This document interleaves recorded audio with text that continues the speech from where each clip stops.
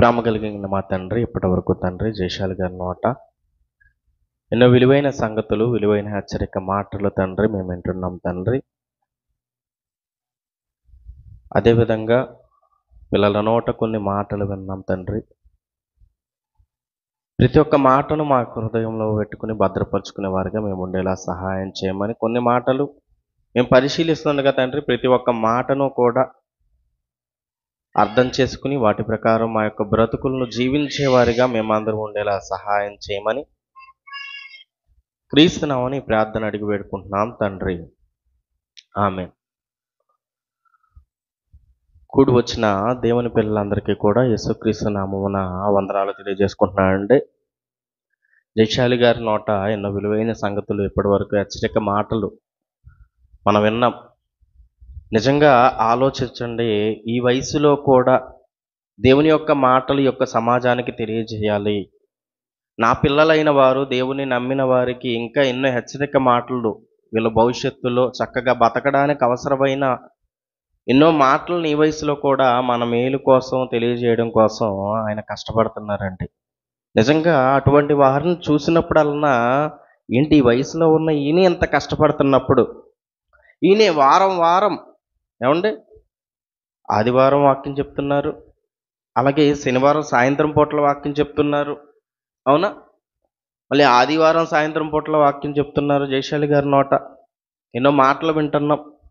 అదేవిధంగా మరి మిగిలిన సమయాల్లో కూడా ఎంతోమంది పిల్లలకి, ప్రిన్సిపల్స్కే కానీ, డిప్యూటీ డైరెక్టర్స్కే కానీ, వైస్ ప్రిన్సిపల్కే కానీ ఎన్నో హెచ్చరిక మాటలు తెలియజేస్తూనే ఉన్నారు ఆయన యొక్క జీవిత కాలంలో. అలా అని వయసులో ఉన్నప్పుడు ఏమన్నా కష్టపడలేదంటే అప్పుడు కూడా సువార్త ప్రకటనలో ఎన్నో ప్రాంతాలు ఆయన వెళ్ళడం మనకి కనిపిస్తుంది. నిజంగా ఆలోచించండి, ఇప్పుడు మన పరిస్థితిని గురించి ఆలోచిస్తే మనం ఇప్పుడు బాగున్నామా? చక్కగా ఉన్నాం. వయసులో ఉన్నవారు ఉన్నారు, కొంచెం వయసు అయిన వారు ఉన్నారు. ఏదేమైనప్పటికీ కూడా మరి ఆ వయసులో ఉన్న ఆయన అంత కష్టపడుతున్నప్పుడు మరి యవ్వనంలో ఉన్న మనం, దేవుని వాక్యం నేర్చుకుంటూ ఉన్న మనం ఇంకెంత కష్టపడాలి, ఇంకెంత ఈ యొక్క సమాజానికి దేవుని వాక్యం తీసుకెళ్ళాలి ఆలోచించండి. ఒక వ్యక్తిని చూసి, దేవుని మాటలు తెలియజేస్తున్న ఒక వ్యక్తిని చూసి ఈరోజు మనం ఏం నేర్చుకుంటున్నాం? మనమే అంటుంటాం కదండి, ఏమని? జీవించి బోధించు. మరి అంటున్నప్పుడు నువ్వు జీవించి బోధించే వాళ్ళని చూడాలి కానీ, ఇదిగో పలానా వ్యక్తి బోధిస్తున్నాడు కానీ జీవించట్లేదండి, లేకపోతే పలానా వ్యక్తి చర్చికి వెళ్తున్నాడు కానీ సరిగ్గా అతను ఉండడం లేదండి అని వారిని బట్టి ఎందుకు నువ్వు నీ యొక్క భక్తిని వారిని బట్టి ఎందుకు నువ్వు తగ్గించుకుంటున్నావు ఆలోచించు.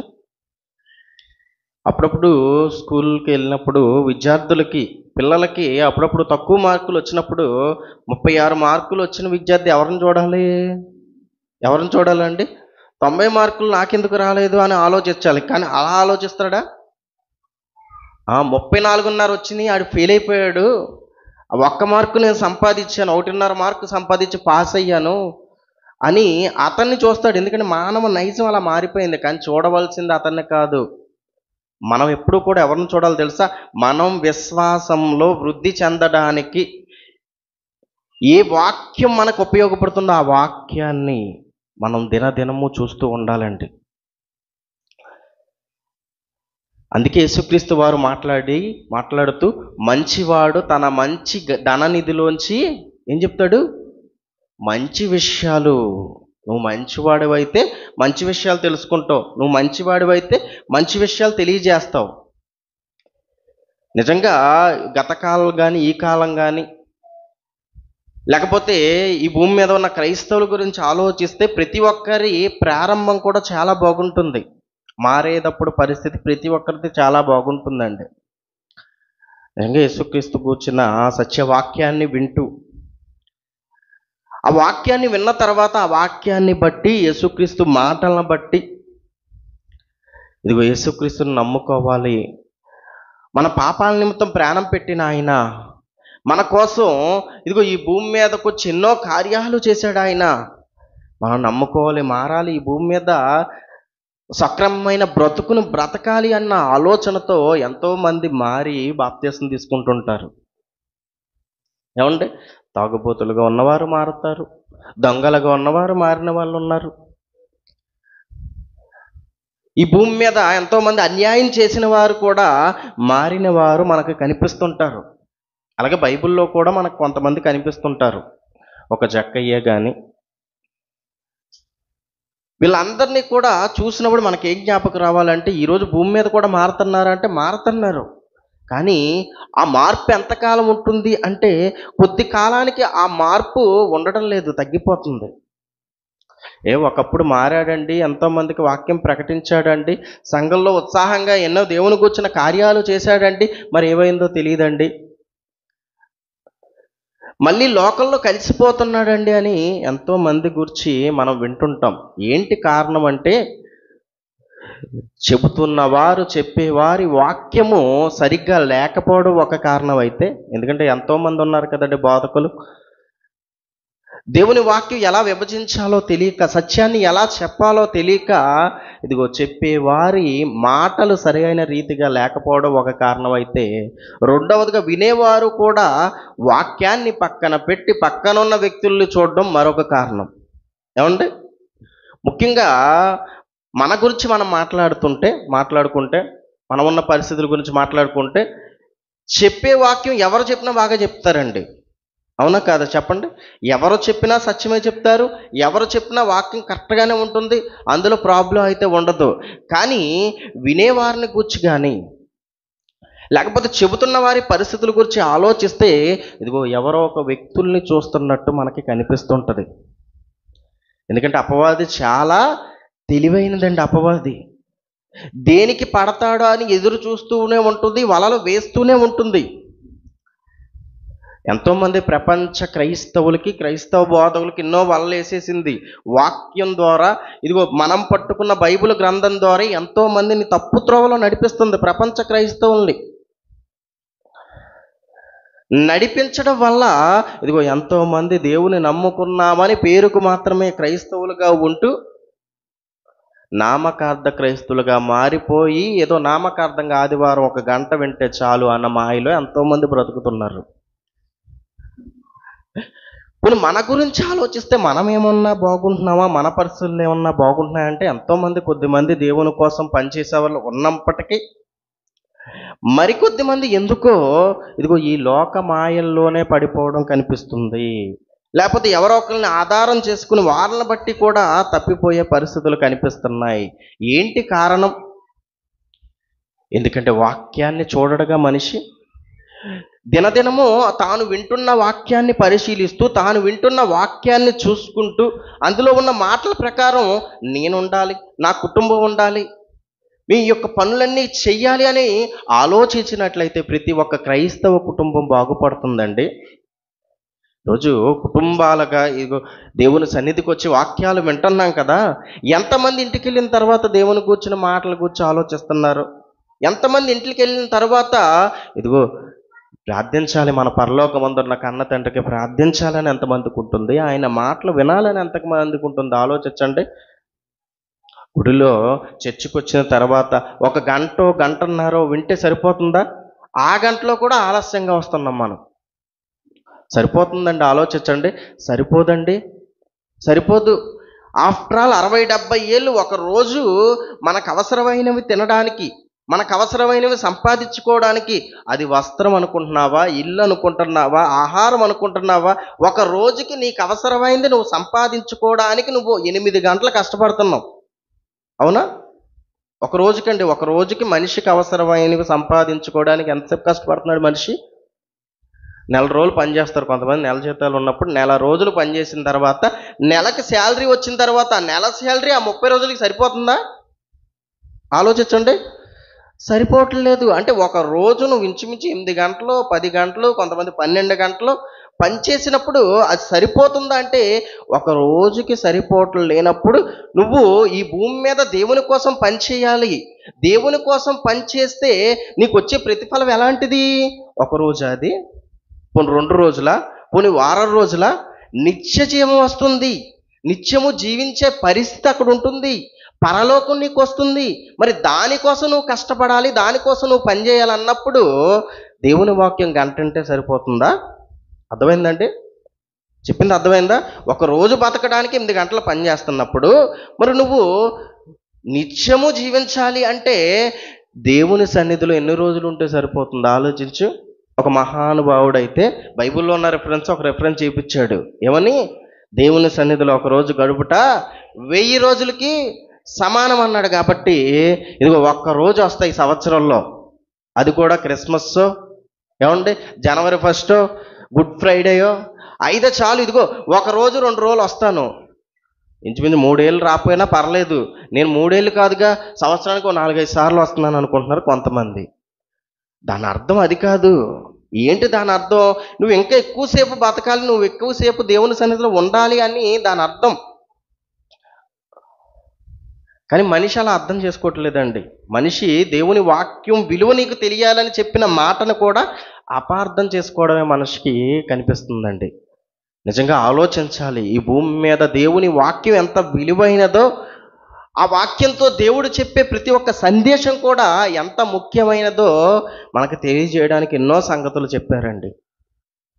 నిజంగా ఒక విషయాన్ని గురించి మనం ఆలోచిద్దాం. ఆదికాండము 2వ అధ్యాయం 7వ వచనం. ఆదికాండము 2వ అధ్యాయం 7వ వచనం. దేవుడైన యెహోవా నేలమంటితో నరుని నిర్మించి వాని నాసికారంధ్రములలో జీవవాయువును ఊదగా నరుడు జీవాత్మాయను. దేవుడైన యెహోవా నేలమంటితో నరుడు నిర్మించి వాని నాసికారంధ్రములో జీవవాయువు ఊదగా నరుడు జీవాత్మయ్యాడు. అంటే ఈ భూమి మీద మొట్టమొదటి మనిషి అయిన ఆదాము ఈ భూమి మీదకి వచ్చినప్పుడు దేవుడు ఏం చేశాడు అనగానే ఎన్నోసార్లు మనం జన్మ గురించి మాట్లాడుకున్నాం. ఇదిగో మట్టితో బొమ్మను తయారు చేశాడు. ఎలా తయారు చేశాడు అన్న దాని గురించి ఎన్నో సందర్భాల్లో మనం మాట్లాడుకున్నాం. ఈ చేతుల్ని, ఈ కాళ్ళని, లోపలున్న అవయవాలని, ఎముకలను, నరాలని, వీటన్నిటినీ కూడా ఒక రూపంగా దిద్ది ఆదాముకి జననాన్ని ఇచ్చాడు. ఎలా? దేవుడైన యెహోవా నేలమట్టితో నరుని నిర్మించి అయిపోయింది అక్కడితో. వాని నాసికారంధ్రములో జీవాన్ని ప్రవేశపెట్టాడు. పరలోకమందున్న కన్న తండ్రిలో ఉన్న జీవాన్ని, ఈ భూమి మీద పుట్టబోయే ఎంతో మందికి అవసరమైన జీవాన్ని ఒక్క ఆదాములోనే ఆయన ప్రవేశపెట్టాడండి. ఒక్క ఆదాము ద్వారానే ఈరోజు ఎన్నో కోట్ల మంది ఉన్నారు. మరి కోట్ల జీవాలు ఎక్కడున్నాయి? ఎక్కడ ప్రవేశపెట్టాడు? ఆదాములో ప్రవేశపెట్టారండి దేవుడు. రోజుకి కొంతమంది పుడుతున్నారు, కొంతమంది చనిపోతున్నారు. రోజు రోజుకి జనాభా సంఖ్య పెరుగుతూనే ఉంది. ఇంచుమించు 850 కోట్ల మంది ఈరోజు ప్రపంచ జనాభా అంచనా అయినప్పుడు మరి ఎంతమంది పుడుతున్నారు, ఎంతమంది చనిపోతున్నారు? ఆ కాలంలో ఎంతమంది పుట్టి చనిపోయారు ఆలోచించండి. అంటే కోటాను కోట్ల మందికి అవసరమైన జీవం ఎవరిలోనికి వచ్చింది? ఆదాములోనికి వచ్చిందండి. తర్వాత ఆదాము అయిపోయాడు. ఆదాము అయిపోయిన తర్వాత ఎవరిని నిర్మిస్తున్నాడు? సాటి అయిన సహాయముగా స్త్రీని నిర్మిస్తున్నాడు. అవునా? స్త్రీని నిర్మిస్తున్నప్పుడు మనం చదువుకున్న 2వ అధ్యాయం 21వ వచనం. ఆదికాండము 2వ అధ్యాయం 21వ వచనం. అప్పుడు దేవుడైన యెహోవా ఆదామునకు గాఢ నిద్రను కలుగజేసి అతడు నిద్రించినప్పుడు అతని ప్రక్కటెముకలో ఒకదాన్ని తీసి ఆ చోటును మాంసముతో పూడ్చివేసెను. తరువాత దేవుడైన యెహోవా తాను ఆదాము నుండి తీసిన పక్కటెముకను స్త్రీనిగా నిర్మించి ఆమెను ఆదాము వద్దకు తీసుకొని వచ్చిన. చాలండి. మొదటి మానవుని నిర్మాణం గురించి ఆలోచిస్తే మట్టి నుండి తయారు చేయడం మనకు కనిపిస్తుంది. అవునా? ఆదాము నిర్మాణం మట్టితో దేవుడు తయారు చేసినట్టు, ఆదాము యొక్క దేహాన్ని మట్టితో తయారు చేసినట్టు, ఆ తర్వాత దేవునిలో నుండి జీవాన్ని ఆ యొక్క మట్టి బొమ్మలోనికి ప్రవేశపెట్టినట్టు మనకు కనిపిస్తుంది. ఇది ఆదాము పుట్టుకని మనం అనుకుంటే, స్త్రీ దగ్గరకు వచ్చేసరికి అప్పటికి మట్టి లేదా భూమి మీద?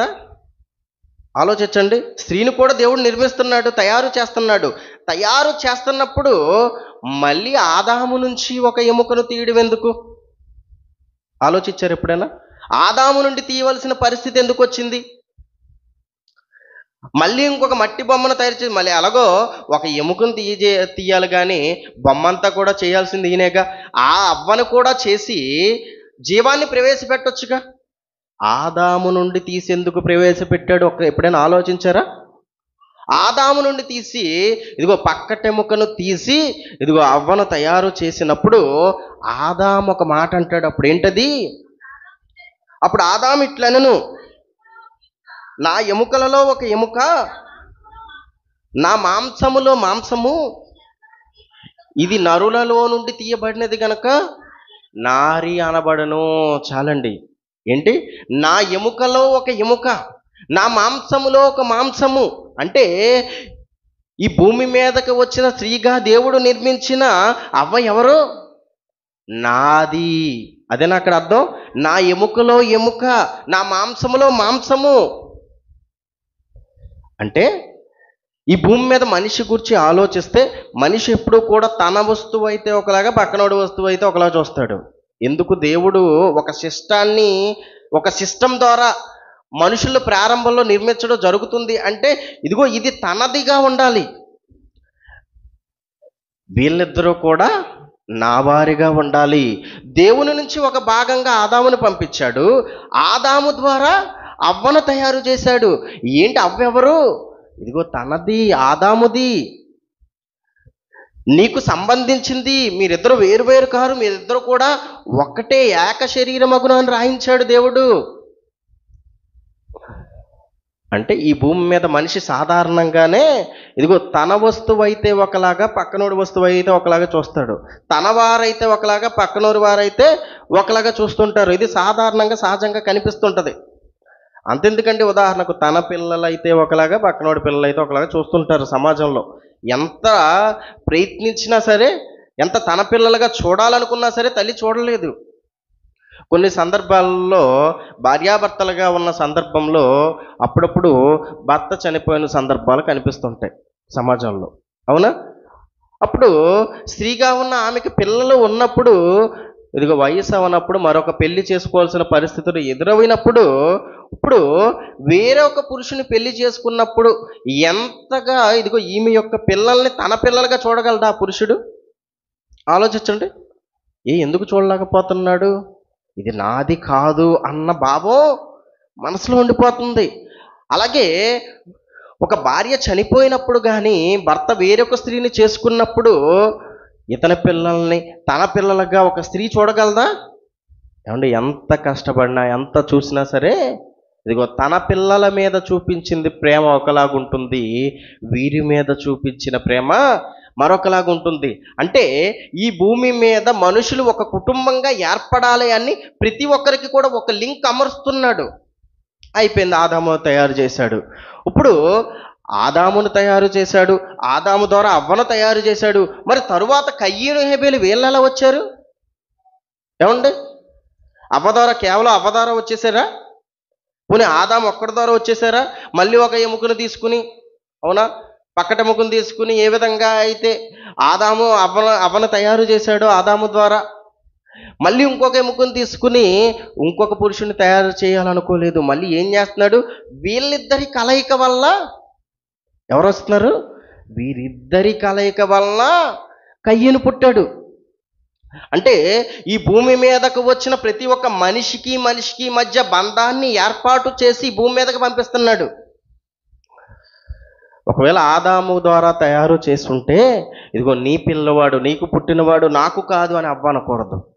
లేదా అవ్వ ద్వారా కలిగింపబడితే, అవ్వ ద్వారా తయారు చేయబడి ఉంటే ఇదిగో నీకు పుట్టినవాడు నీ ద్వారా కలిగించబడ్డాడు అని అవ్వ అనకూడదు. కాబట్టి ఇదిగో వీళ్ళిద్దరి ద్వారా, అంటే వీళ్ళిద్దరికి పుట్టినవాడు అవ్వాలి. చూసారా అండి? ఈ భూమి మీద ఒక కుటుంబాన్ని ఏర్పాటు చేసి ఒక బంధాన్ని దేవుడు ప్రతి ఒక్కరికి కూడా ఒక బంధాన్ని ఏర్పాటు చేయడం మనకు కనిపిస్తుంది. నిజంగా రీసెంట్గానే శాస్త్రవేత్తలు ఏం కనిపెట్టారు? ఇదిగో ఈ భూమి మీద 850 కోట్ల మంది, ఈ 850 కోట్ల మంది కూడా ఎవరి నుంచి వచ్చారు? ఒకే తల్లి నుంచి వచ్చారు అని రీసెంట్గా శాస్త్రవేత్తలు కనిపెట్టారు. కానీ బైబిల్ గ్రంథంలో దేవుడు ఎప్పుడో రాయించాడు. అంటే ఈ భూమి మీద వచ్చిన ప్రతి ఒక్కరూ కూడా ఒక కుటుంబంగా ఉండాలి అని దేవుని యొక్క ఏర్పాటులో ప్రతి ఒక్కరిని కూడా ఇదిగో ఒకరి తర్వాత ఒకరిని ఈ భూమి మీదకి పుట్టించేటప్పుడు ఆయన ప్రతి ఒక్కరికి కూడా ఒక బంధాన్ని ఏర్పాటు చేస్తున్నాడు. నువ్వంటావు నా తల్లిదండ్రులు, నా పిల్లలు, నా బంధువులు అని భూమి మీద మనుషులు మాట్లాడుకుంటారు కదా, మా వంశానికి చెందిన వారని భూమి మీద మనుషులు మాట్లాడుకుంటారు కదా. కానీ దేవుడు ఏమనుకున్నారు తెలుసా? ఇదిగో ఈ భూమి మీదకి వచ్చిన ప్రతి ఒక్కరూ కూడా ఎవరో తెలుసా? ఒకే కుటుంబం అని మనం అనుకోవాలనుకుంటున్నాడండి. ఎఫెసీయులకు రాసిన పత్రిక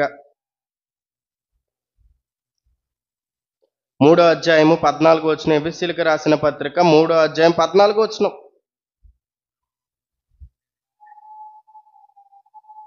ఈ హేతువు చేత పరలోకమందును భూమి మీదను ఉన్న ప్రతి కుటుంబము ఏమంటున్నాడండి? పరలోకమందు కుటుంబం ఉంది. ఎవరు? యేసుక్రీస్తు వారు ఉన్నారు. మన పరలోకమందున్న కన్న తండ్రి అయిన దేవుడు ఉన్నాడు. ఇది పరలోకంలో ఉన్న కుటుంబం. ఒకానొక కాలంలో, గత కాలంలో, పాత నిబంధన కాలం కాలానికి మనం వెళ్ళినట్లయితే యేసుక్రీస్తు వారు ఉన్నారు, పరిశుద్ధాత్మ దేవుడు ఉన్నారు, పరలోక తండ్రి, ముగ్గురు కూడా ఎక్కడ ఉన్నారు? పరలోకంలోనే ఉన్నారు. మరి ఈ కాలానికి వచ్చేసరికి ఏం జరిగింది? మరి యేసుక్రీస్తు ఈ భూమి మీదకి వచ్చాడుగా, వచ్చి మనందరికి అవసరమైన జ్ఞానాన్ని తెలియజేశాడుగా, మనందరినీ కూడా సర్వసత్యంలో నడిపించడానికి అవసరమైన పరిశుద్ధాత్మని ఎక్కడికి పంపించాడు? భూమి మీదకి పంపించాడు. కాబట్టి వాడు పరలోకమందు ఉన్న కుటుంబం ఏంటి? తండ్రి అయిన దేవుడు, యేసుక్రీస్తు వారు. మరి భూమి మీద కూడా ఏముందంటున్నాడు ఆయన? పరలోకమందును భూమి మీదను ఉన్న ప్రతి కుటుంబము ఏ తండ్రిని బట్టి కుటుంబం అని పిలువబడుచున్నదో ఆ తండ్రి ఎదుట నేను మోకాళ్ళుని అంటున్నాడు. ఏంటంట? ఇదిగో పరలోకమందు కుటుంబం ఉంది, ఈ భూమి మీద కూడా కుటుంబం ఉంది. అంటే ఎవరి కుటుంబం ఈ భూమి మీద ఉన్న మనం? ఎవరి వారం మనం ఈ భూమి మీద ఉన్న మనం మనుషులమందరూ కూడా పరలోకమందున్న కన్న తండ్రి వారం. ఆయన మనవాడు, మనము దేవుని వారము. మరి మనము దేవుని వారం అయినప్పుడు మరి ఎవరి కోసం బతకాలి ఈ భూమి మీద ఉన్న మనం? ఒక కుటుంబంగా ఈ భూమి మీద మనకు అవసరమైనవన్నీ కలిగించి మన అందరికీ కూడా ఒక బంధాన్ని ఏర్పాటు చేశాడు. మనిషికి ఈరోజు ఈ బంధాల మీద కూడా సరైన అవగాహన లేకుండా మారిపోయారండి మనుషులు. కుటుంబంగా ఉన్న ఇదిగో ఈరోజు ఒక కుటుంబంలో కూడా సరి అయిన పరిస్థితులు కనిపించట్లేదు. ఒకానొక కాలం గురించి ఆలోచిస్తే, కుటుంబం గురించి ఆలోచిస్తే, ఏ ఇంట్లో అన్నా సరే ఒక 4-5 అన్నదమ్ములు ఉన్నారు అనుకోండి, ఎలా ఉంటారు? 4-5 అన్నదమ్ములు అలాగే తండ్రితో కలిసి వాళ్ళందరూ కూడా ఇల్లు ఎంత చిన్నదైనా ఎంత పెద్దదైనా అందరూ కూడా కలిసి ఉంటారు. గత కాలంలో మనం ఆలోచిస్తే కలిసి ఉండేవాళ్ళు. కానీ నేడున్న పరిస్థితి గురించి ఒక్కసారి ఆలోచించండి. నేడున్న పరిస్థితుల గురించి కలిసి ఉండే పరిస్థితులు ఉన్నాయా? కలిసి ఉండే పరిస్థితులు ఆలోచించండి. నేడుండే కాలంలో ఒక కుటుంబంలో ఉన్నవారు నిజానికి ఒక్క పిల్లోడైనా సరే కలిసి ఉండే పరిస్థితులు లేవు. ఆ గత కాలంలో 4-5 అన్నతమ్ములైనా సరే తండ్రితో కలిసి ఉండే పరిస్థితులు కనిపించేయి. ఈరోజు ఒక్క కుమారుడైనా సరే తల్లిదండ్రులు వదిలేసి వేరే కాపురం పెట్టాలనుకుంటున్నారు. ఏంటి కారణం? అంటే కుటుంబం అంటే కూడా ఈరోజు మనిషికి అర్థం కాల. దేవుడు ఎందుకు ఏర్పాటు చేశాడో మనిషికి అర్థం కాల. ఇంకా దేవుని గురించి అతను ఏం ఆలోచిస్తాడు? కన్న తల్లిదండ్రులతోనే కలిసి ఉండాలి అన్న భావాలు లేని ఇతను ఇంకా దేవుని గురించి తెలుసుకోవాలని ఏం ఆలోచించగలడు? చూసారు ఎలా మారిపోయారు. ఈ మధ్య కొంతమంది పెళ్ళిళ్ళకి సంబంధాలు వెతికేటప్పుడు కూడా చాలామంది మనసులో ఉన్న భావం ఏంటో తెలుసా అండి? కొంతమంది అయితే డైరెక్ట్గా చెప్పేస్తుంటారు. ఏమని? ఎంతమంది మీకు పిల్లలు అడిగినప్పుడు పెళ్ళికి వెళ్తాడు, అడిగిన సంబంధాలు మాట్లాడుకున్నప్పుడు అడుగుతారు, ఎంతమంది అన్నదమ్ములు? 4 అన్నదమ్ములు అన్నారు అనుకోండి, సంబంధం ఇవ్వడానికి ఇష్టపడతారా? ఆలోచించండి. అమ్మో, ఈ తోటికోడలతో పోరు ఎక్కువైపోద్ది, 4 కలిసి ఒక చోటే ఉంటే మరి ఏమవ్వాలి? ఒక్కరే ఉండాలి. ఆలోచించండి. పోనీ ఇతను పురుషుడే అన్నా తక్కువ వాడంటే ఇతను కూడా స్త్రీ దగ్గరికి వెళ్ళేసరికి ఇద్దరు ముగ్గురు అన్న తమ్ములు అక్క చెల్లెళ్ళు ఎక్కువ మంది ఉన్న వాళ్ళు వీళ్ళకి కూడా వద్దు.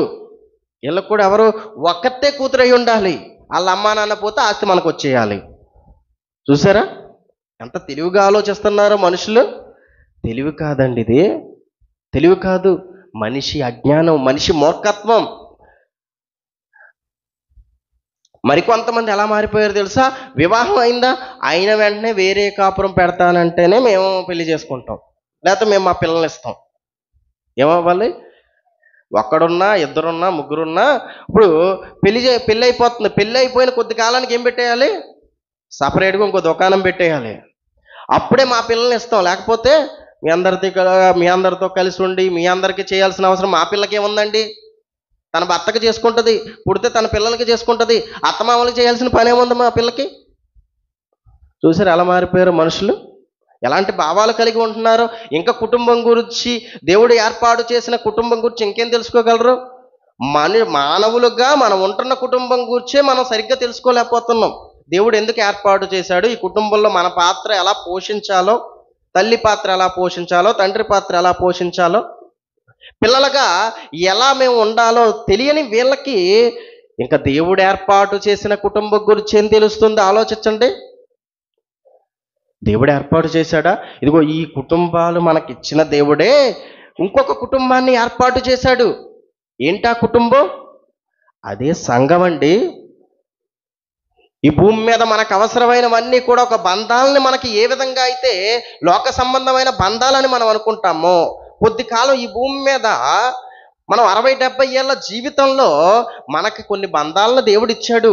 అదే తల్లి, అదే చెల్లి, అదే తండ్రి, అదే భార్య, అదే పిల్లలు, ఈ భూమి మీద ఉన్న కుటుంబం, ఇవన్నీ కూడా 60-70 ఏళ్ళ జీవితానికి అవసరమైన బంధాల్లో దేవుడు ఇచ్చిన బంధాలైనప్పుడు, మరి సంబంధంగా పరలోక సంబంధమైన కుటుంబాన్ని కూడా దేవుడు ఇచ్చాడు. యేసుక్రీస్తు వారు మాట్లాడుతుంటారు. ఎవరు వచ్చారంట? యేసుక్రీస్తు వారు వాక్యం ప్రకటిస్తున్నారు. ఏమండి? యోహాను సువార్త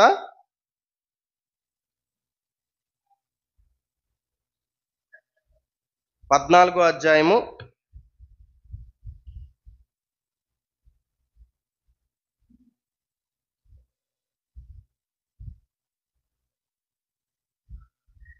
12వ అధ్యాయము. ఏమండి? యేసుక్రీస్తు వారు సువార్తను ప్రకటిస్తున్నారు, దేవుని గురించిన వాక్యం చెప్తున్నారు. ఎందుకంటే లోక సంబంధమైన కుటుంబం అని మనం అనుకుంటే, ఇదిగో యేసుక్రీస్తు వారిని ఎవరు కన్నారు అనగానే మరియమ్మ గారు. మరియ గర్భం నుంచి యేసుక్రీస్తు వారి భూమి మీదకి వచ్చారు. యేసుక్రీస్తు వారి తల్లి, పైగా యేసుక్రీస్తు తర్వాత పుట్టిన సహోదరులు, వీళ్ళందరూ కూడా యేసుక్రీస్తు దగ్గరికి వచ్చినప్పుడు యేసుక్రీస్తు చెబుతున్న మాట చూడండి ఒకసారి. ఏమండి? మత్తయి సువార్త 12వ అధ్యాయము 48వ వచనం, 47వ వచనం. అప్పుడొకడు, ఇదిగో నీ తల్లియు నీ సహోదరులు నీతో మాట్లాడవలెనని వెలుపల నిలిచి ఉన్నారని ఆయనతో చెప్పెను. ఎవరు? పెద్ద సువార్త చెబుతుంటే, దేవుని కూర్చిన మాటలు చెబుతున్నప్పుడు తల్లి సహోదరులు వచ్చిన సందర్భంలో ఎక్కడున్నారంట? వాళ్ళు వెలుపల నిలుచున్నారు. అదేంటి, నా తల్లి ఏంటి, బయట నుంచి చూడవేంటి, రండి త్వరగా తీసుకురండి అంటున్నాడా యేసుక్రీస్తు వారు? ఆలోచించండి. అంటున్నాడా యేసుక్రీస్తు వారు? ఏమన్నాడు యేసుక్రీస్తు వారు?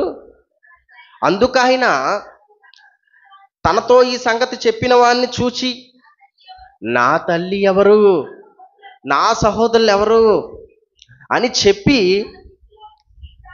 తన శిష్యుల వైపు చేయి చాపి, ఇదిగో నా తల్లియు నా సహోదరులను, పరలోకమందున్న నా తండ్రి చిత్తము చొప్పున చేయువారే నా సహోదరులు, నా సహోదరియు, నా తల్లియు అనెను. చూసారు ఏం చెప్తున్నాడు? లోక సంబంధంగా వచ్చిన తల్లి, నిజంగా తల్లి ఏమన్నా చిన్న వ్యక్తి అండి? ఆలోచించండి. మరియమ్మ గారు ఎవరు? దేవుని దయ పొందిన వ్యక్తి, దేవుని చేత సాక్ష్యం పొందిన వ్యక్తి. కానీ యేసుక్రీస్తు వారు ఏం చెప్తున్నారు చూసారా? ఇదిగో పరలోక సంబంధమైన జ్ఞానం కోసం, దేవుని కూర్చిన మాటలు వినడానికి ముందు వరుసలో మీరు కూర్చున్నారు చూసారా? మనం కూడా ఎన్నోసార్లు ప్రార్థన పెట్టినా, క్లాసులు పెట్టినా, మీటింగ్స్ పెట్టినా చాలామంది ఏ వరుసలో కూర్చుంటారు ఆలోచించండి. వెనక నుంచి ఫుల్ అవుతుంటాయి. మన సీట్లన్నీ ఎలా ఫుల్ అవుతుంటాయి? వెనక నుంచి ఇలా ఫుల్ అవుతుంటాయి. కానీ యేసుక్రీస్తు చెప్పింది అదే. తల్లిదండ్రులుగా ఉన్నవారు, తల్లి ఎక్కడుంది? చివరుంది. మరి ఎదరెవరున్నారు? శిష్యులు ఉన్నారు. దేవుని మాటలు వినడానికి ఎవరు దగ్గరగా ఉన్నారో వాళ్ళని చూపించేమంటున్నాడు. కాబట్టి మీరు కూడా దేవుని మాటలు వినడానికి దగ్గరగా ఉండండి, అవకాశం ఉన్నంత వరకు. ఎందుకంటే ఎప్పుడు ముందు సీట్లు ఖాళీ ఉంటే వెనక సీట్లు ఫుల్ అయిపోతాయి. ఏంటి కారణం ఆలోచించండి. దూరంగా ఉండాలనుకుంటున్నారా? లేకపోతే ఇంకా బయట మెట్లు ఫుల్ అయిపోతాయి. ఒక్కోసారి ఎదరు సీట్లు ఖాళీగా ఉంటాయి, బయట మెట్లు ఫుల్ అయిపోతాయి. కొంతమంది అయితే పిల్లలు ఏడుస్తున్నారు, వెళ్తున్నారు, అది వేరే విషయం. నిజంగా ఆయన మాట్లాడుతూ ఇంకొక కుటుంబం గురించి మాట్లాడుతున్నాడు. లోక సంబంధమైన కుటుంబం గురించి మన అందరికీ తెలుసు.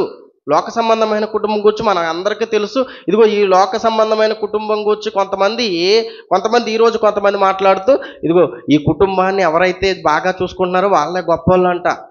ఇంట్లో తల్లిని, చెల్లిని, పిల్లల్ని, భార్యని, ఎవరైతే కుటుంబంలో ఉన్న ప్రతి ఒక్కరిని బాగా చూసుకుంటూ వాళ్ళకి అవసరమైన దానికోసం, వాళ్ళ కోసం ఇతని జీవితం అంతా ఎవరైతే త్యాగం చేస్తారో, ఈ జీవితం అంతా ఎవరైతే కష్టపడతారో, లోకంలో ఇతను గొప్పోడండి, ఇతను మంచోడండి, ఇతను పరిపూర్ణమైన మనిషి అండి ఇతను అని లోకంలో మాట్లాడుతున్నారు. కానీ యేసుక్రీస్తు ఏం చెప్తున్నారు తెలుసా? ఈ లోక సంబంధమైన కుటుంబం గురించి చెప్పట్లేదు. దేని గురించి మాట్లాడుతున్నారు? ఎవరు తన తల్లి అని చెప్తున్నాడు? ఎవరు తన సహోదరులు అని చెప్తున్నాడు?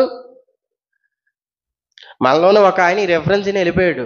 ఈ రెఫరెన్స్ విన్న తర్వాత వెళ్ళాడు, ఇంటికి వెళ్ళి అంటున్నాడు, నా తల్లి ఎవరు, నా సహోదరులు ఎవరు? తోలు తీసేస్తా బయటికి వెళ్ళి అన్నారు. ఏమంటారు? ఆలోచించాలి. ఒక మాటను మనం విన్నప్పుడు మనలోనే, ఎందుకంటే మనం ఏదన్నా కొంచెం లీనమైపోతాం, కొంచెం ఎక్కువగా లీనమైపోయి ఏం చేశాడు? ఇంటికి వెళ్ళి తల్లి ఎవరు అంటే రెండో పాఠం ముందు పాఠం రెండో పాఠం కూడా ముందు కుటుంబం గురించి మాట్లాడాం. కుటుంబంలో విలువలు కలిగి ఉండాలి. అంటే ముందు మాట వినకుండా తర్వాత మాట వినకుండా మధ్యలో మాట ఒకటే విన్నారు అనుకోండి, ఏమైపోతారు? బయటికి వెళ్ళిపోవాల్సి వస్తుంది, బతకకుండా ఉండాల్సి వస్తుంది. బతకలేరు అప్పుడు. ఆలోచించాలి దేవుని యొక్క మాటలు. యేసుక్రీస్తు వారు చెబుతున్నారు, దేవుని యొక్క వాక్యము చెబుతున్న ఆయన, ఇదిగో అసలు కుటుంబం ఏంటో తెలుసా?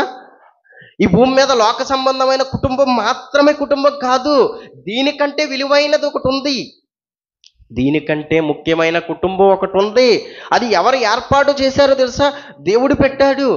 దేవుడు ఏర్పాటు చేస్తాడు ఆ కుటుంబాన్ని.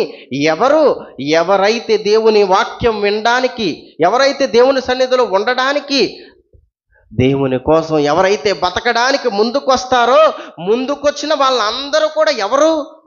వాళ్ళంతా కూడా ఒక కుటుంబం. ఎవరైతే దేవుని యొక్క మాటలు నా తల్లి ఎవరు, నా సహోదరులు ఎవరు అని చెప్పి తన శిష్యుల వైపు చేయి చూపిస్తున్నాడంట. నేను ఎక్కడికి వెళ్ళినా వస్తున్నారు, నేను చెప్పిన ప్రతి ఒక్క మాటలు వింటున్నారు. అంతేకాక మళ్ళీ ఇదిగో దాని గురించి వివరణ, దాని యొక్క భావాన్ని కూడా తెలుసుకుంటున్నారు. వీళ్ళెవరో తెలుసా? శిష్యుల వైపు చేయి చాపి, ఇదిగో నా తల్లియు నా సహోదరులను, పరలోకమందున్న నా తండ్రి చిత్తము చొప్పున చేయువాడే నా సహోదరుడు, నా సహోదరి, నా తల్లియు. మనకు తెలియజేస్తున్నాడండి. ఎంతమంది అయితే ఇదిగో ఈరోజు మనం సంఘంగా కూడుకున్నాం కొంతమందిగా, అవునా? ఇప్పుడు సంఘంగా కూడుకున్న మనం అందరం ఎవరో సహోదరులము. పెద్దవారైతే తల్లులుగా, చిన్నవారైతే చెల్లులుగా, కొంచెం పెద్దవారైతే అక్కలుగా, లేకపోతే అన్నలుగా, తండ్రులుగా, తమ్ముళ్ళుగా ఉన్న మనం అందరం కూడా ఎవరు అనుకున్నారు? ఒకే కుటుంబం. ఎందుకు వచ్చాం ఎక్కడికి మనం? దేవుని కూర్చున్న మాటలు తెలుసుకోవడానికే కదండి. ఎందుకు వస్తున్నావు దేవుని సన్నిధిలోకి? దేవుని కోసం బ్రతకడానికే కదా. ఇంక వేరే వేరే కారణాల వల్ల ఎవరైనా వస్తున్నారా? వసతులు జరుగుతాయని, సూచక్రియలు జరుగుతాయని, ఆస్తులు వచ్చేస్తాయని, కార్లు వచ్చేస్తాయి, బంగ్లాలు వచ్చేస్తాయి, ఇలాంటి వాటి కోసం ఎవరు రావట్లేదుగా. ఎందుకంటే వస్తాయని ఎప్పుడు చెప్పలేదు మేము. దేనికోసం వస్తున్నాం మనం? దేవుని యొక్క పని చేయాలి, దేవుని కోసం బ్రతకాలి, దేవుని మాటలు నేర్చుకోవాలి. మనమందరం కూడా ఇదిగో ఈ భూమి మీద లోకంలో ఒక కుటుంబాన్ని చూసుకున్న వ్యక్తి ఏ విధంగా అయితే గొప్పవాడని నువ్వు చెప్పుకుంటున్నావో, ఈ భూమి మీద ఒక కుటుంబంగా ఉన్న మనమందరం కూడా ఏమవ్వాలో తెలుసా? దినదినము దేవుని వాక్యం వల్ల పరిపూర్ణులం కావాలి. అది చెప్తాడు పక్కన ఎఫెసీయులకు రాసిన పత్రిక 4వ అధ్యాయము 12వ వచనంలో,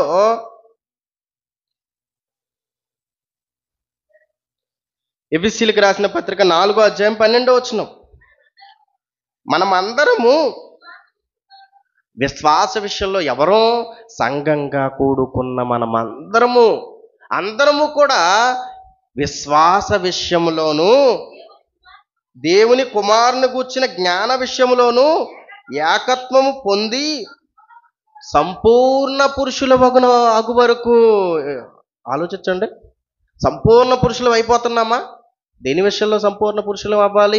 విశ్వాస విషయములో, దేవుని నమ్మే విషయంలో. ఏమంటే ఇన్ని మాటలు విన్న తర్వాత కూడా ఎన్నో సాక్ష్యాలతో ప్రతి వారం కొన్ని సంవత్సరాలుగా దేవుని కూర్చొని వాక్యం ప్రకటింపబడుతుంది ఈ ప్రాంతంలో. అవునా? ఎన్నో సాక్ష్యాలతో, మీ కళ్ళకు కనిపించే ఎన్నో సాక్ష్యాలతో నిరూపింపబడుతున్నప్పుడు ఇంకా ఏమైనా మీలో అల్ప విశ్వాసం ఉందా? పరీక్షించుకోండి. ఇంకా ఏమైనా దేవుడు ఏం చేస్తాడులే, చనిపోయిన తర్వాత ఎవరు చూశారులే, అలాంటి భావం ఏమన్నా ఉందా మీలో? ఉండకూడదండి, ఉండకూడదు.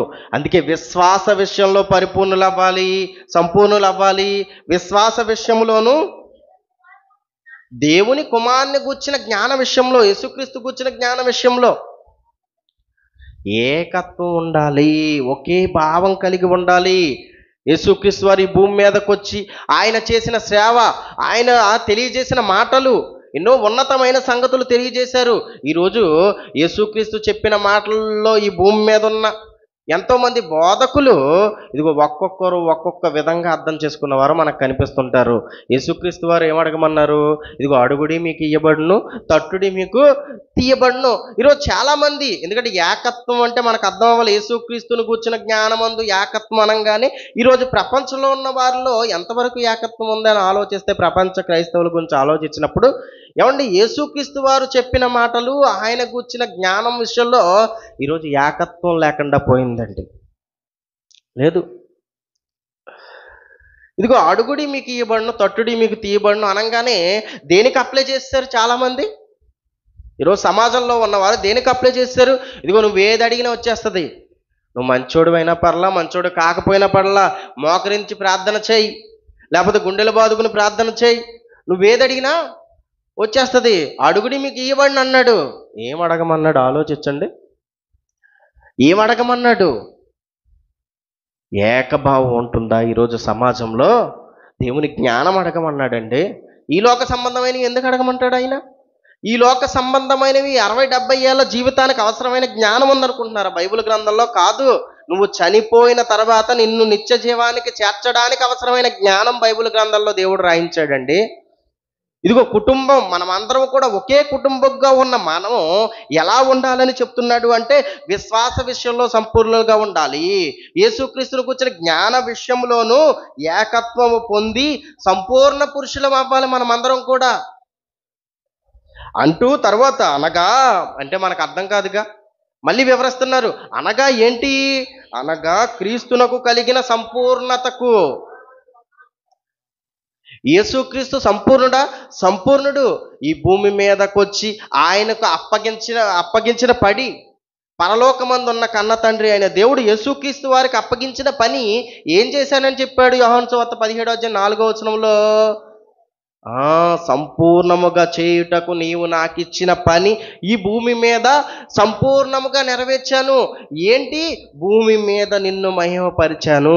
భూమి మీద పరలోకమందున్న కన్న తండ్రి అయిన దేవుని మహిమపరచడానికి ఆయన ఎలా బ్రతికాడండి? సుఖంగా బ్రతికాడా? ఈ భూమి మీద కోరికలు నెరవేర్చుకోవడం కోసం బ్రతికాడా? ఆలోచించండి. కాదు. ఇదిగో మనలాంటి దేహాన్ని కలిగి ఉండి, మనలాంటి కోరికలే కలిగి ఉండి, ఆ కోరికల్ని అణుచుకుని దేవుని యొక్క సువార్తను ప్రకటిస్తూనే ఉన్నాడు జీవితకాలంలో. దేవునికి ప్రార్థిస్తూనే ఉన్నాడు. దేవుని సువార్త ప్రకటిస్తూ ఎంతో మందికి సత్యవాక్యాన్ని వివరించాడండి. పరలోకమందున్న కన్న తండ్రి కూర్చున్న జ్ఞానాన్ని తెలియజేశాడు. చివరికి సిలువలో తన ప్రాణాన్ని పెట్టి పరిపూర్ణుడైనప్పుడు అప్పుడు చెప్తున్నాడండి, చేయుటకు నీవు నాకు ఇచ్చిన పని నేను సంపూర్తి చేశాను. సంపూర్తిగా చేశాడు. మరి మనకు కూడా ఉందా? మనకు కూడా ఉందా? ఈ భూమి మీద దేవుణ్ణి మహింపరిచే పని మనకుంది. ఈ భూమి మీద దేవుని సువార్త ప్రకటించే పని మనకుంది.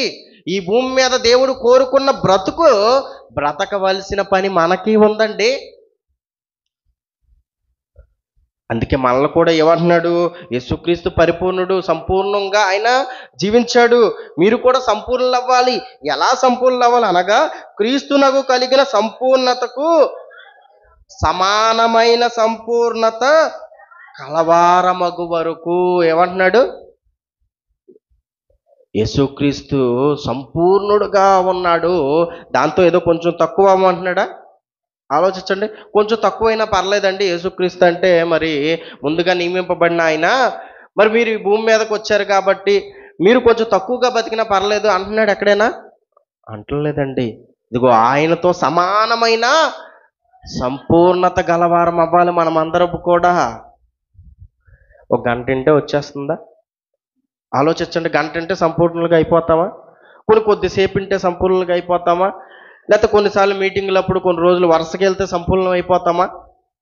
చాలా కష్టపడాలండి. దేవుని వాక్యం, దేవునికి దగ్గరగా ఉండడానికి భూమి మీద మనం ఎన్నో ఆశలను, ఎన్నో కోరికలు అణుచుకుని కష్టపడాలి. దినదినము ఆయన గురించి ఆలోచించాలి.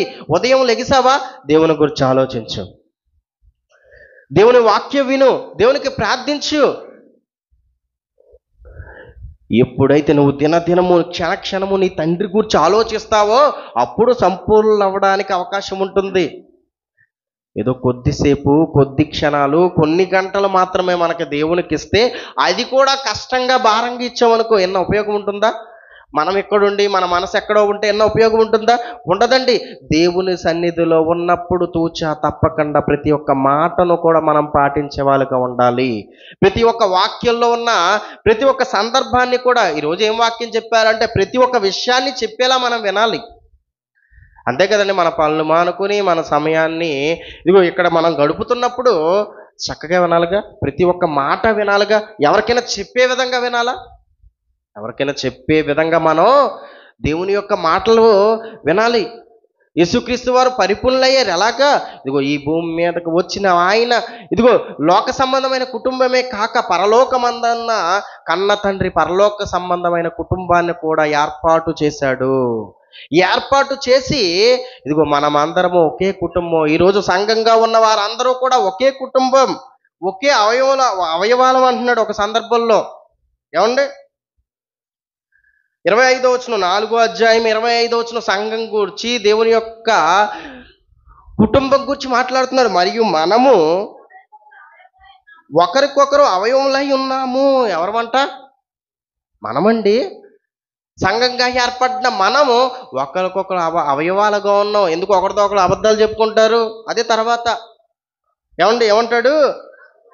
కనుక మీరు అబద్ధమాట మాని ప్రతి వాడును తన పొరుగు వారితో సత్యమే మాట్లాడాలి. ఇదిగో మనమంతా ఒక కుటుంబం అనుకున్నప్పుడు అబద్ధం ఆడాల్సిన పరిస్థితి వస్తుందా? ఆలోచించండి. రాదు కదా. అదే చెప్తున్నాడండి. ఇదిగో ఈ భూమి మీద ఉన్న ప్రతి కుటుంబం కూడా పరలోకమందున్న కన్న తండ్రి అయిన దేవుని కుటుంబంగా దేవుడు సంఘాన్ని ఏర్పాటు చేసినప్పుడు మనలో ఉన్న ప్రతి ఒక్కరూ ఎలా ఉండాలో ఆలోచించండి. పరిపూర్ణులుగా ఉండాలి. చివరిగా ఒక మాట చూసుకుని మనం ముగించుకుందాం. కొలస్సీలకు రాసిన పత్రిక 1వ అధ్యాయము 28వ వచనం.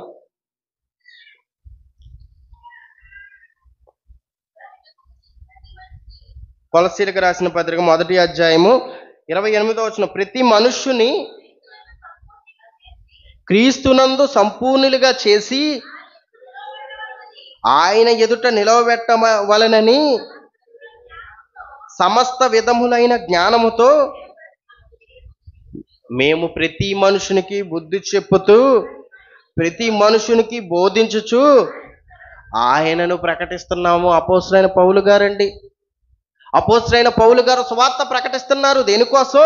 ప్రతి మనుషుణ్ణి క్రీస్తునందు సంపూర్ణునిగా చెయ్యాలి.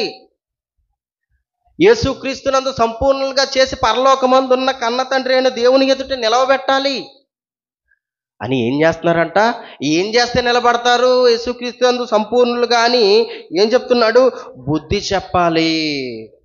ఏమండి? సమస్తమైన జ్ఞానముతో మేము ప్రతి మనుషునికి బుద్ధి చెబుతూ, ఎందుకంటే ఈ లోకంలో లోక జ్ఞానమే గొప్పదని ఎంతోమంది మారిపోయారు.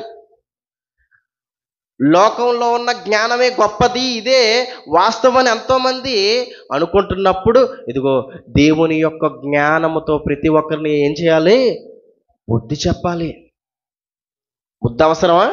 ప్రతి ఒక్కరికి బుద్ధి అవసరం అండి. బుద్ధి చెప్పాలి, బుద్ధి నేర్చుకోవాలి, మనం బుద్ధి తెచ్చుకోవాలి. వింటున్న ప్రతి ఒక్క మాటను బట్టి, దినదినము వింటున్న ప్రతి ఒక్క వాక్యాన్ని బట్టి మనం బుద్ధి తెచ్చుకోవాలి. బుద్ధి చెప్పుచు ప్రతి మనుషుడికి బోధించుచు, దేవుని యొక్క వాక్యాన్ని బోధిస్తున్నాం కదండి. ప్రతి ఒక్క ప్రాంతంలోనూ బోధిస్తున్నాం. ఆదివారం ఎక్కడ బోధిస్తున్నాం? సోమవారం బోధిస్తున్నాం ఈ యొక్క ప్రాంతంలోనే, శుక్రవారం బోధిస్తున్నాం ఈ యొక్క ప్రాంతంలోనే. ఎంతమంది వచ్చి వింటున్నారు ఆలోచించండి. ఎంతమంది వస్తున్నారు? ఈరోజు ఆదివారం కాబట్టి ఇది కొద్ది గొప్ప ఫుల్ అయింది. మరి మిగిలిన వారు సోమవారం వచ్చి చూడండి, ఇక్కడ కనిపిస్తారా? ఆలోచించు. సోమవారం వచ్చి ఇక్కడ చూసాం అనుకో, కనిపిస్తారు ఎంతమంది? ఇప్పుడు సగం మంది కనిపిస్తారా? కనిపించరు. దేవుడు మనల్ని కుటుంబం అన్నాడు. దేవుడు మన మీద పెట్టుకున్న ఆశలు కోరికలు ఎలా ఉన్నాయో చూసారా? మనం చేస్తున్నా ఎలా ఉన్నాయో ఒకసారి ఆలోచించండి. శుక్రవారం క్లాసులు, శుక్రవారం వస్తున్నారు ఎంతమంది? రారు. ఎందుకు వస్తారు? ఇదిగో ఆదివారం ఖాళీ మాకు, లేకపోతే వాడుక మాకు, లేకపోతే అలవాటు మాకు. ఇదే అలవాటు ప్రతిరోజు చేసుకోండి. ఇదే అలవాటు మీకు అవకాశం కుదిరినప్పుడల్లా చేసుకోండి. ఎన్ని మంచి మాటలు మన కోసం దేవుడు రాశాడు. మనల్ని పరలోకం చేర్చడానికి అవసరమైన ప్రతి ఒక్క మాట బైబిల్లో ఉన్నప్పుడు దినదినము దాన్ని నేర్చుకోవాల్సిన బాధ్యత ఎవరి మీద ఉంది? మన మీదే ఉందండి. ఎవరు దేవుని వాక్యం నేర్చుకుంటారో, ఎవరు దేవుని సన్నిధిలో ఉంటారో, అందుకే అక్కడ యేసుక్రీస్తు వారు చెప్పారు ఏమని? నా తల్లి ఎప్పుడో ఒకసారి వచ్చింది, కానీ ఎప్పుడు ఉండేవాళ్ళు ఎవరు? ఎప్పుడు తనతో ఉండి తన మాటలు వింటూ తన మాటలు నేర్చుకుని దేవుని గూర్చి బతకాలి అని ఆశతో బతికిన వారు ఎవరు? శిష్యులు. ఎప్పుడో ఒకసారి వచ్చిన వారు కాదు, ఎప్పుడు దేవుని వాక్యం నేర్చుకున్న వారే ఎవరు అంటున్నారు? నా తల్లి, నా సహోదరులు, నా అన్నదమ్ములు. చక్కగా చెప్తున్నాడు చూసారా? వీళ్ళే మా కుటుంబం అని తెలియజేస్తున్నాడండి. అందుకే చెబుతూ మనుషునికి, ప్రతి మనుషునికి బోధించచ్చు ఆయనను ప్రకటిస్తున్నాం. కాబట్టి భూమి మీద మనమందరినీ కూడా ఒక కుటుంబంగా ఏర్పాటు చేసి, సంఘమంతటిని కూడా ఒక కుటుంబం, మనమందరం అవయవులు అన్నప్పుడు మనమందరము కూడా దినదినము ఆయన యొక్క వాక్యం నేర్చుకుంటూ ఒక ఆసక్తి గలవారిగానే ఉండాలి. ఆసక్తిని ఎక్కడా కూడా ఆపకూడదండి, తగ్గకూడదు. మన ఆసక్తి దినదినము పెరగాలి, దినదినము విశ్వాసం పెరగాలి, దినదినము ఆసక్తి పెరగాలి, దినదినము దేవుని పని మనం పెంచుకునేవారిగానే మనం ఉండాలి. అటు ప్రతి ఒక్కరూ అలా ఉండాలని కోరుకుంటూ నా మాటలు ముగిస్తున్నాను. కళ్ళు మూసుకున్నట్లయితే ప్రార్థన చేసుకుందాం. ప్రేమ కలిగిన మా తండ్రి, ఇప్పటి వరకు తండ్రి కొన్ని విలువైన సంగతులు తండ్రి మేము విన్నాం తండ్రి. తండ్రి భూమి మీద ప్రతి ఒక్కరికి తండ్రి ఒక బంధాన్ని ఏర్పాటు చేసి, ప్రతి ఒక్కరికి కుటుంబాన్ని ఇచ్చి భూమి మీదకు తండ్రి ప్రతి ఒక్కరిని కూడా పంపించారు తండ్రి. అంతేకాక ఈ భూమి మీద వచ్చిన మమ్మల్ని తండ్రి సంఘముగా, దేవుని కోసం బ్రతికే వారిగా ఉన్న ప్రతి ఒక్కరిని కూడా సంఘంగా ఏర్పాటు చేసి మనమందరము కూడా ఒక కుటుంబంగా మీరు కలిగించారు తండ్రి. అలా ఉన్న మేము తండ్రి సంఘముతో కలిసి నానా విధములైన జ్ఞానాన్ని మేము తెలుసుకుంటూ దినదినము నీ యొక్క సన్నిధిలో ఉండేలాగా, నీ యొక్క వాక్యం నేర్చుకునేవారుగా, నీ యొక్క వాక్యం కోసమే మేము బ్రతికేవారుగా, నీ యొక్క సువార్త ప్రకటన చేసేవారుగా మా యొక్క బ్రతుకుల్లో దిద్దుకునేవారుగా ఉండేలా సహాయం చేయమని క్రీస్తు నామమున ప్రార్థన అడిగి వేడుకుంటున్నాం తండ్రి.